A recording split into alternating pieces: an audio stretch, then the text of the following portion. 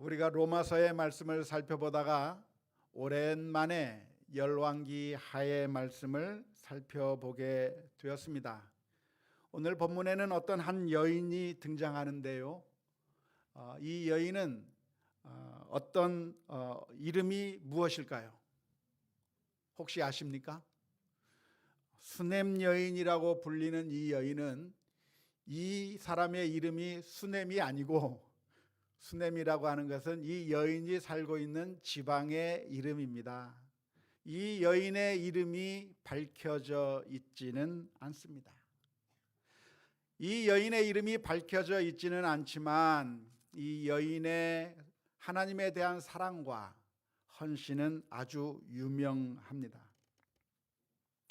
이 당시의 선지자가 누구였냐면 엘리사 선지자였는데요. 엘리사 선지자는 전국을 다니면서 하나님의 말씀을 전하기도 하고 하나님의 사명을 잘 감당해 나가고 있었는데, 하루는 수넴이라고 하는 마을에 이 엘리사 선지자가 오니까 이 수넴 여인이 엘리사 선지자를 초대했습니다. 음식을 대접하면서 정말 극진히 대접하게 되었는데요. 엘리사 선지자는 이 수넴 여인의 대접을 받았는데 이것이 너무나도 좋았던 것 같아요. 마음이 편했던 것 같아요. 사랑으로 극진하게 대접하는 이 여인의 대접을 받은 것이 너무나도 편하게 느껴졌는지 이 엘리사 선지자는 수넴이라고 하는 마을에 갈 때마다 다른 집에 들른 것이 아니라 늘 이 집을 들렀습니다.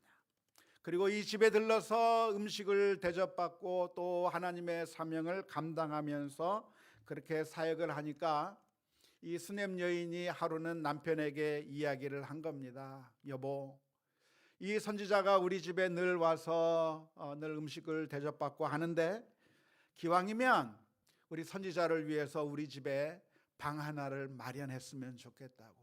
조그만 방 하나를 마련해서 그 안에 침상도 넣고 책상도 의자도 촛대도 놔두어서 선지자가 오면 마음 편하게 여기서 주무시고 마음 편하게 여기를 근거지로 해서 사역을 할 수 있도록 그렇게 아주 친절하게 배려를 했던 여인이 수넴 여인입니다.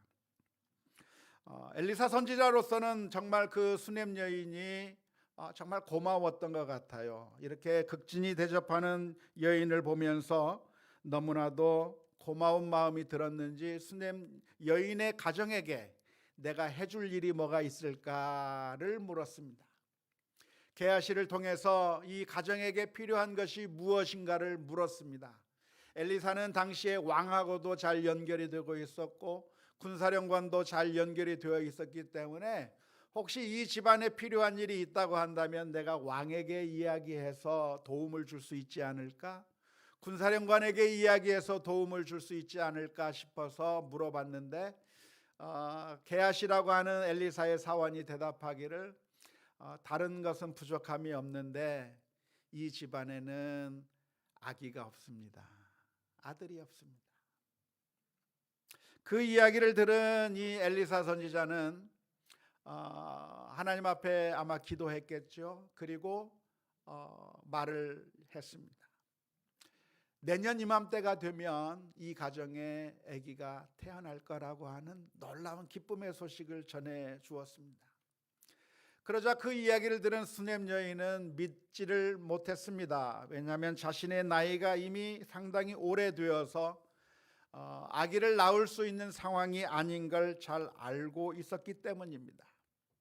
하지만 엘리사 선지자의 말대로 이 가정 가운데는 아기가 태어나게 되었던 그런 기적을 체험한 가정이 바로 수넴 여인입니다. 그런데 그 아이가 자라다가 죽었습니다.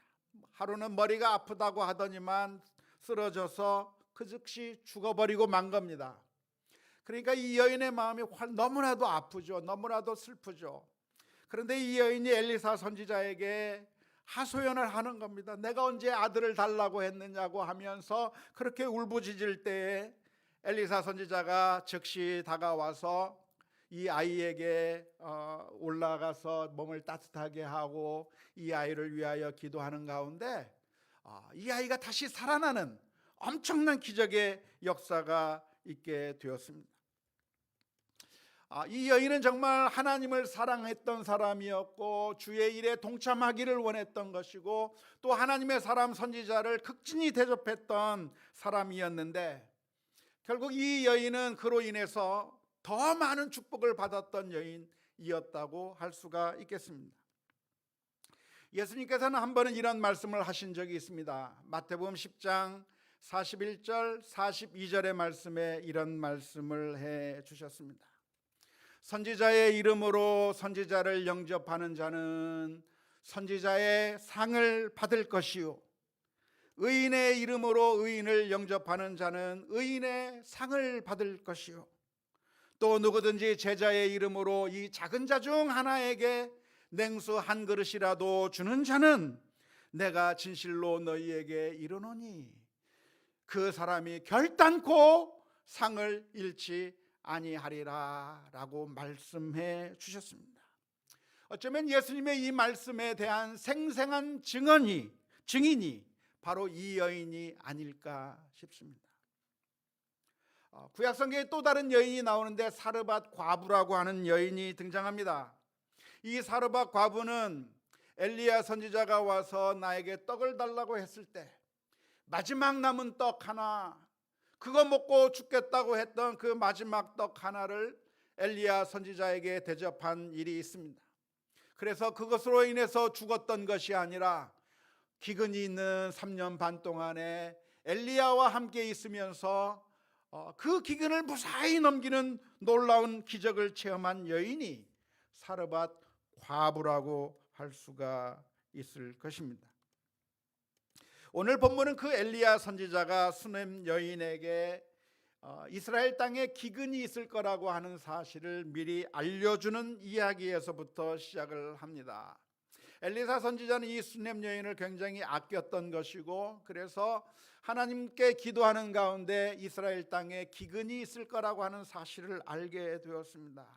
그래서 이 수넴 여인에게 말하기를 이 땅에 기근이 있을 것이니까 그것도 1년 정도 2년 정도의 기근이 아니라 7년 동안의 긴 기간 동안 기근이 있을 것이니까 이곳을 피하여 안전한 곳에 있다가 음식이 있는 곳에 있다가 돌아오라고 이야기를 해 주어서 이 수넴 여인이 블레셋이라고 하는 사람들의 땅으로 피신했다가 7년 만에 다시 고향으로 돌아오게 되었습니다. 한번 지도를 한번 봤으면 좋겠는데요. 수넴이라고 하는 마을은 갈릴리 호수 아래쪽에 있는, 다시 말하자면 서남쪽에 있는 조그마한 마을이 수넴이라고 하는 마을입니다. 그 마을에 살던 이 여인이 7년 기근을 앞두고 어디로 피했냐면 지금의 가자지구라고 할 수 있는 블레셋 지방으로 피신하게 됐습니다. 그 거리가 아마도 한 170km, 한 180km 정도, 많으면 한 200km 정도 떨어진 곳까지 이주하게 되었는데요. 지금은 자동차로 가면 2-3시간이면 충분히 가겠지만 그 당시에는 마차를 타고 3일이나 4일 정도 가야만 하는 먼 지역에 가서 거기서 7년 동안 이주민으로 살다가 낯선 이방인으로 살다가 이제 7년 기근이 마치고 돌아오게 되었다고 하는 것이 오늘 본문의 말씀 가운데 기록되어 있습니다. 7년 뒤에 다시 고향에 돌아오게 되었을 때 이제는 기근이 끝났으니까 집에 돌아오기만 하면 모든 것이 다 해결될 수 있었을까요? 그렇지 않습니다. 왜냐하면 자신들이 그 집안을 비우고 있었을 때에 그 집과 토지를 무단 점거하는 사람들이 있었을 것이기 때문에 그렇습니다. 7년 만에 다시 돌아와서 지금 살고 있는 사람들에게 이 집과 이 토지가 내 거니까 비우고 나가주세요. 그러면 그 사람들이 아이고 죄송합니다, 몰랐습니다 하면서 나갈까요? 안 나갈까요? 안 나갈 겁니다. 7년 동안 점거하고 있었던 이 사람들이 마치 자신의 것인 양 그 땅에 대한 소유권을 주장하게 되었을 것입니다. 무단 점거해서 그동안 이익을 가지고 먹고 있었는데 그걸 순순히 내줄 사람은 아마도 없을 것입니다. 그러면 그 문제를 어떻게 해결할 수 있을까요? 오늘 같으면 땅 문서 보여주면서 등기부 등본 보여주면서 내 거니까 나가달라고 그렇게 요구할 수 있었겠지만 당시에는 그런 제도가 없었던 겁니다. 자신의 땅이라고 하는 것을 증명할 수 있는 방법이 없는 겁니다. 아무런 방법이 없는 그 상황 가운데서 해결할 수 있는 방법이 무엇일까요? 고대 세계에서는 힘이 정의였죠.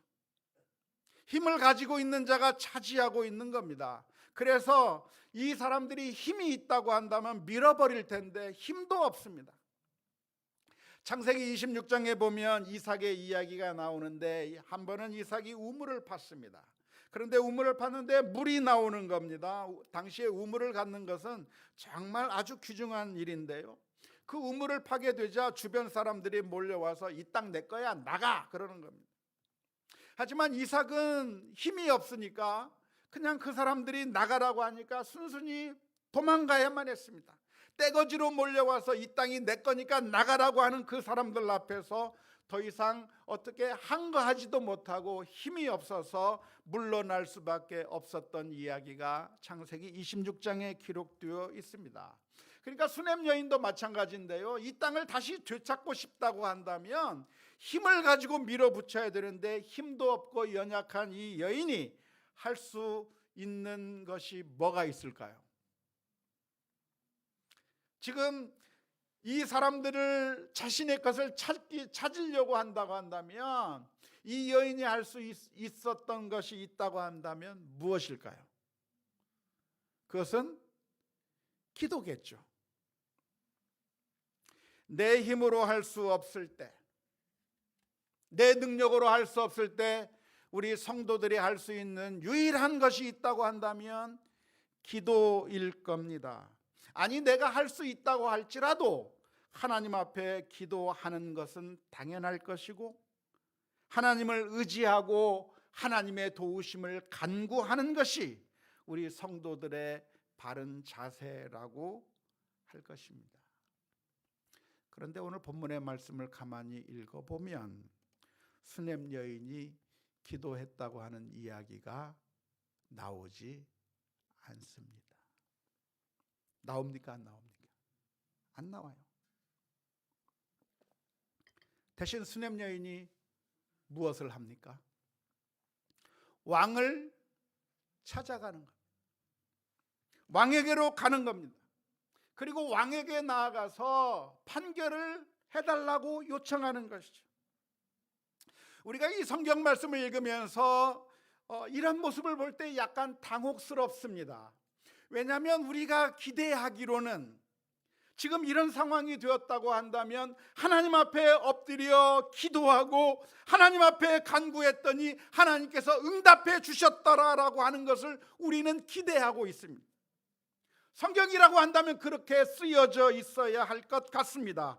성경에 보면 우리를 향해서 늘 권고하시는 말씀이 방백들을 의지하지 말며 도울 힘이 없는 인생을 의지하지 말고 오직 여호와 하나님만을 의지하라.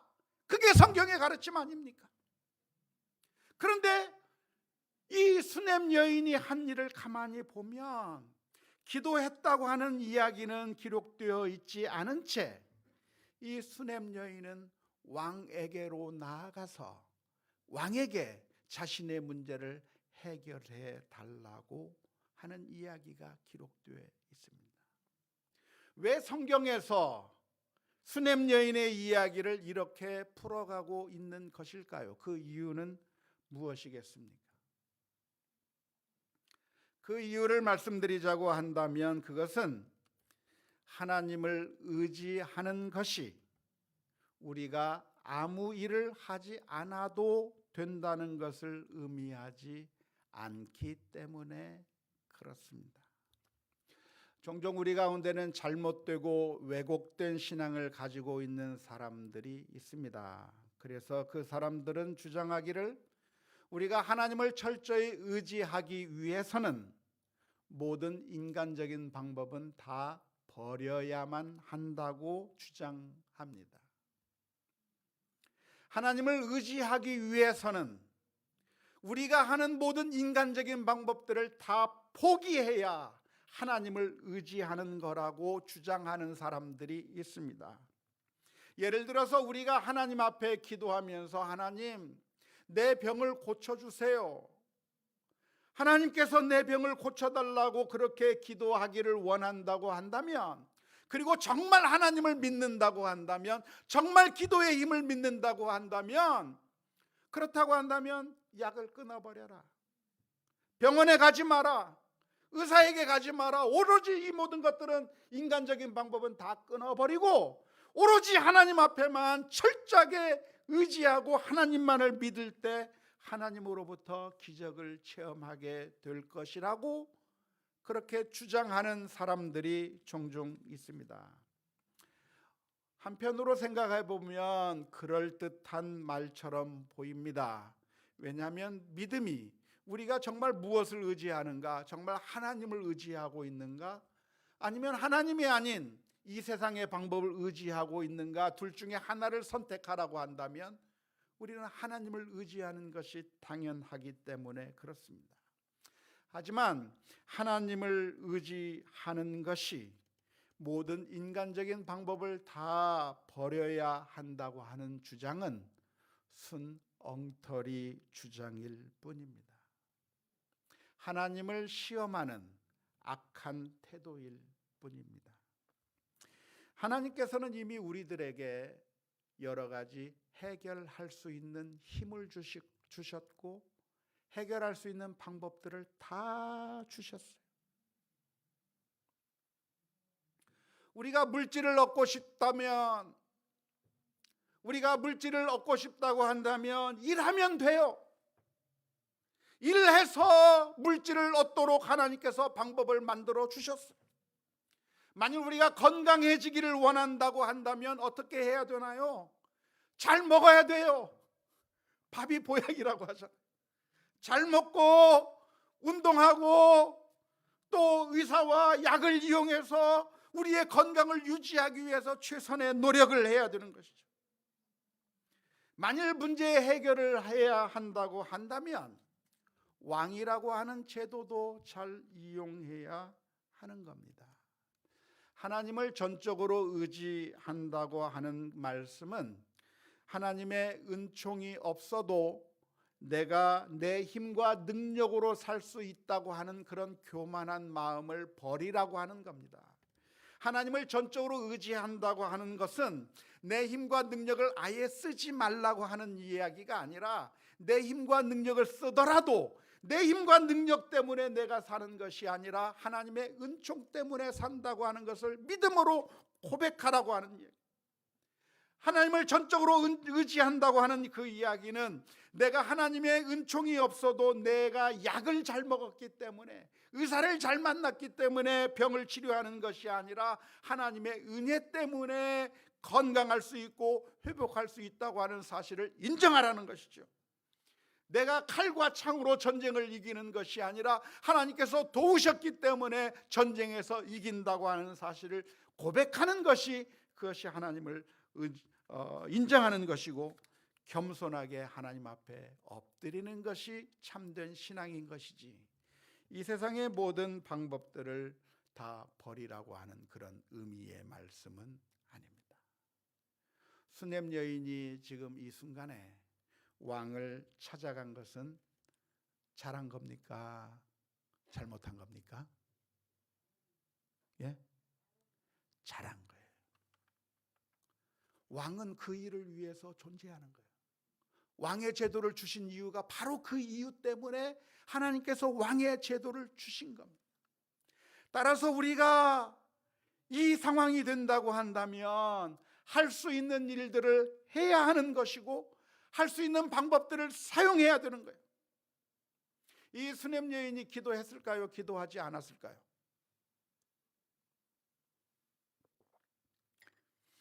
기도했을 거예요. 기도 안 했을 거라고 생각합니까? 기도했을 거라고 생각합니까? 기도했을 거예요. 왜? 이 여인은 하나님을 사랑하는 여인이었어요. 이 여인은 하나님의 선지자를 도와주는 여인이었어요. 정말 주의 일에 믿음이 있는 여인이었어요. 그러니까 이 여인은 매 순간순간 할 때마다 기도했을 것이 분명해요. 믿음의 여인이니까. 그런데 왜 성경은 기도했다고 하는 이야기를 생략하고 있을까요? 생략하고 있는 이유는 기도했다고 하는 말이 없다는 것은 기도를 안 했기 때문에 없는 것이 아니라, 만일 기도를 안 했다고 한다면 이 여인은 기도를 하지 않고 왕에게만 달려갔더라, 그렇게 써놨겠죠. 기도했다고 하는 이야기를 생략하고 있는 이유는 성경은 우리의 호기심을 다 알려주는 책이 아니고, 모든 정보를 일일이 다 기록하고 있는 책이 아니고, 이 주제를 강조하기 위한 것들만을 기록하고 있기 때문에 그렇습니다.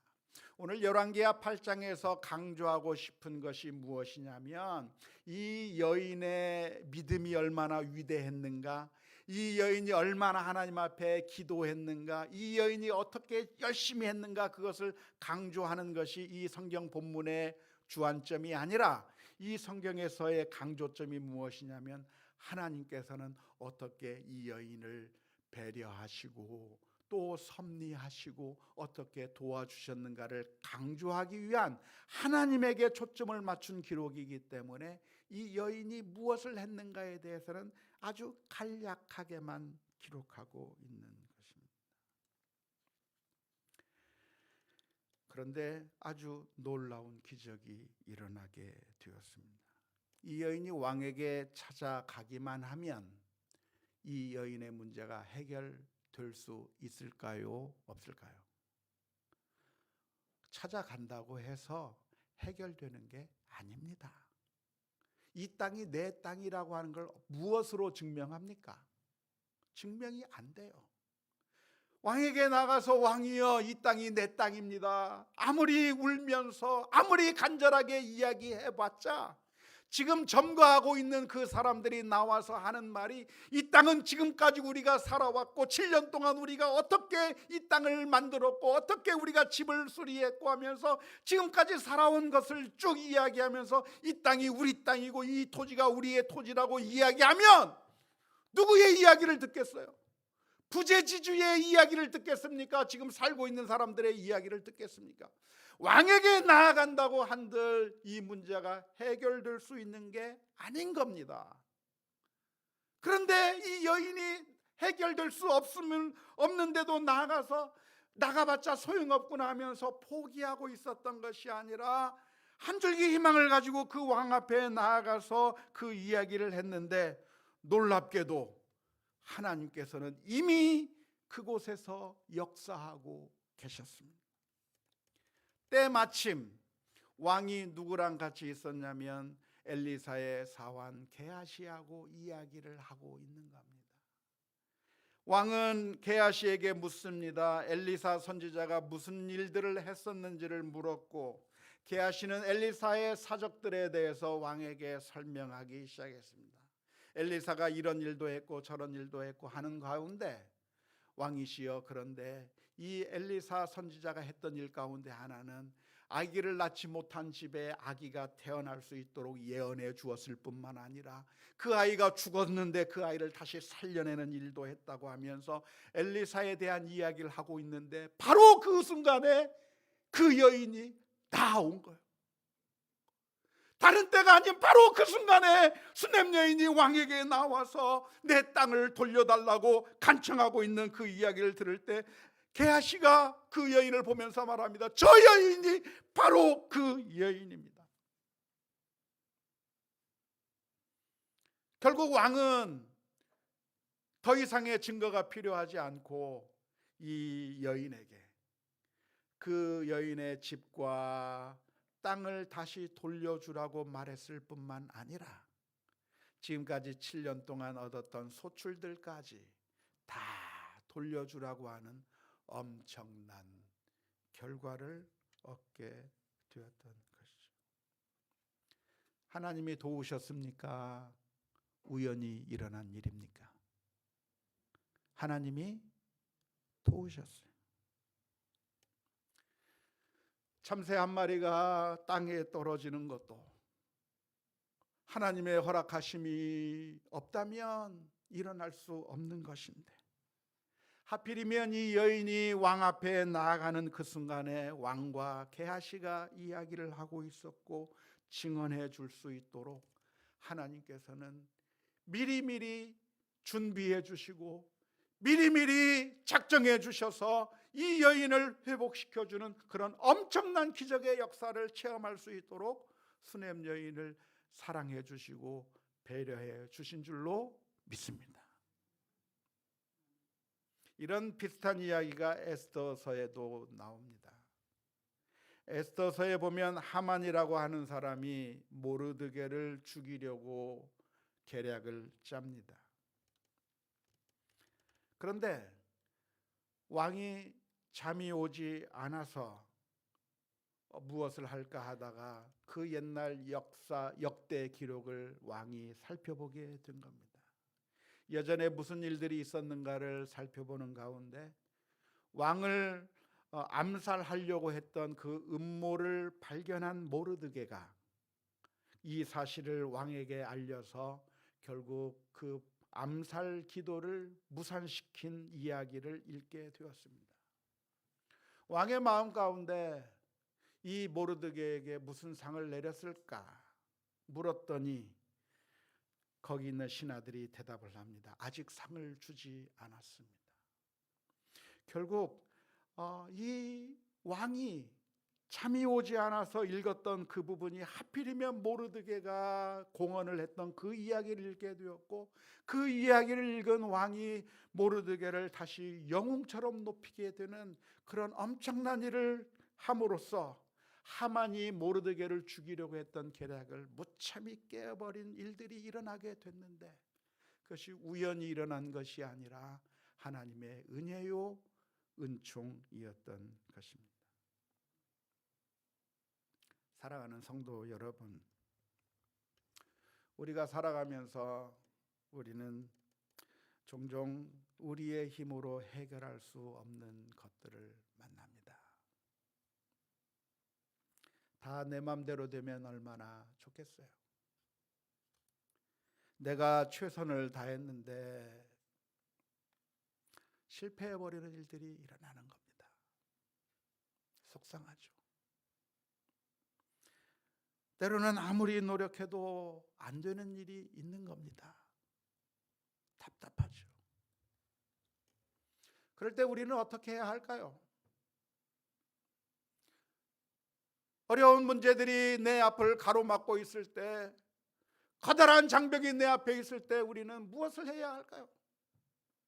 그냥 그 자리에 주저앉아서 울고만 있을 것이 아니라 우리가 할 수 있는 일을 해야 해요. 이미 하나님께서 우리들에게 능력을 주셨어요. 이미 하나님께서 우리들에게 할 수 있는 길을 열어놓으셨어요. 할 수가 있는 일들을 해 나가야 하는 겁니다. 할 수 없는 것, 너무 감당하기 어려운 큰 것을 할 것이 아니라 할 수 있는 작은 일을 시작하는 겁니다. 만일 우리 가정이 다시 행복해지기를 원한다고 한다면, 삭막한 우리 가정 가운데 정말 힘들고 어려운 일들이 자꾸만 일어나고 있다고 한다면 조그만 것부터 시작해 보세요. 사랑한다고 말하는 것부터 시작하고, 고맙다고 이야기하는 것부터 시작하고, 우리 자녀들을 매일매일 한 번씩 안아주는 것부터 시작하는 거고, 우리 아이들의 마음이 정말 상해서 아버지 어머니에게 마음을 닫아버리고 있다고 한다면 다가가서 내가 너를 사랑한다 말해주고 그 손을 한 번씩 붙잡아주고, 그래서 우리가 할 수 있는 일들을 해 나가야 할 겁니다.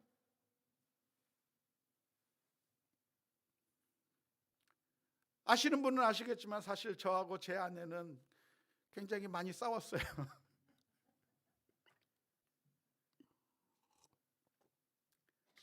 정말 힘들고 어렵게 살았습니다. 어떻게 하면 관계를 회복할 수 있을까? 조그만 거 하나부터 바꿔나가기 시작한 겁니다.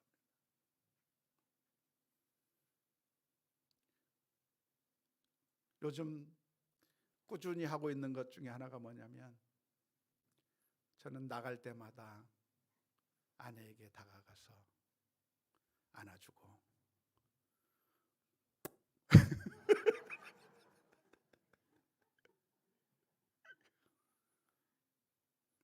그러고 나와요. 하루 종일 행복해요. 우리 아이들의 마음이 닫혀 있다고 한다면 학교 가기 전에 아이의 손을 붙잡고 내가 너 사랑한다 말 한마디 해주는 거, 할 수 있는 걸로 시작해. 제 아내의 이야기를 들었더니 우리 장모님께서는 잠자리에 누우면 제 아내의 손에다가 손가락으로 글씨를 써줬대요. 내가 뭐라고 쓰는지 알아맞혀봐라. 글씨를 써주는데 사랑해를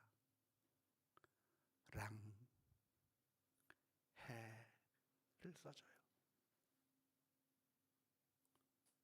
할 수 있는 게 많아요.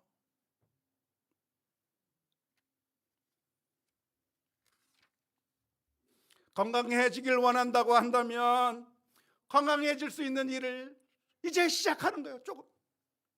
지금 조그만 일을 시작하면 0.1cm의 그 차이를 지금 만들면 오랜 기간 뒤에 엄청난 차이가 있다고 하는 것을 발견하게 될 거예요.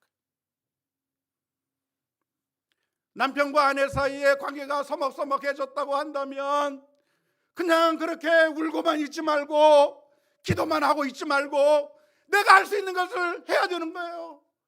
내가 당신을 사랑한다 이야기해주고 손을 잡아주고 우리 가정이 서로 행복해지기 위한 노력을 해야 되는 거죠. 아시는 분은 아시겠지만 제가 2021년에 살을 8kg 뺐습니다. 뭐 똑같아 보이겠지만 한 번은 제가 저울에 올라갔더니 너무 끔찍한 거예요, 몸무게가. 그래서 하나님 앞에 기도만 하지 않았어요. 하나님 살 좀 빼주세요. 기도만 하고 앉아 있었던 것이 아니라 그날부터 제 삶을 약간 바꿨어요. 크게 바꾼 게 아니고 약간 바꿨어요. 집에서 교회 올 때 걸어서 오고 1200보, 교회에서 집으로 갈 때 1200보 걸어서 갔어요. 그게 무슨 도움이 될까? 1200보가 무슨 도움이 될까 했는데 작년 말에 저울 위에 올라가 봤더니 8kg가 빠져 있는 거예요. 만일 약을 먹으라고 했다고 한다면, 굶어서 빼라고 했다고 한다면 그 기간이 끝나면 다시 원상복귀할 겁니다. 그런데 0.1cm 정도의 차이, 내가 할 수 있는 일을 찾아서 지속적으로 해나가는, 턱선이 살아있는 것 같지 않습니까?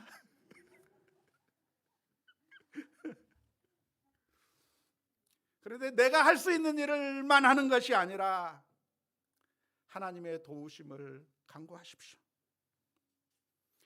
온 세상을 주관하시는 우리 하나님께서 여호와 이레로 준비해 주시지 않는다고 한다면 아무리 이 여인이 왕 앞에 나아간들 문제가 해결이 되겠습니까?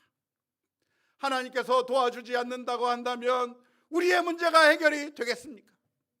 시편 127편 1절의 말씀에 여호와께서 집을 세우지 아니하시면 세우는 자의 수고가 헛되며 여호와께서 성을 지키지 아니하시면 파수꾼의 깨어 있음이 헛되도다라고 말씀하셨기에 우리가 할 수 있는 것들은 하면서 하나님 앞에 엎드려야 되는 거예요.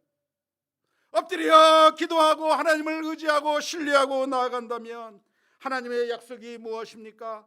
마태복음 7장 11절의 말씀에 너희가 악할지라도 좋은 것으로 자식에게 줄 줄 알거든 하물며 하늘에 계신 너희 아버지께서 구하는 자에게 좋은 것으로 주시지 않겠느냐.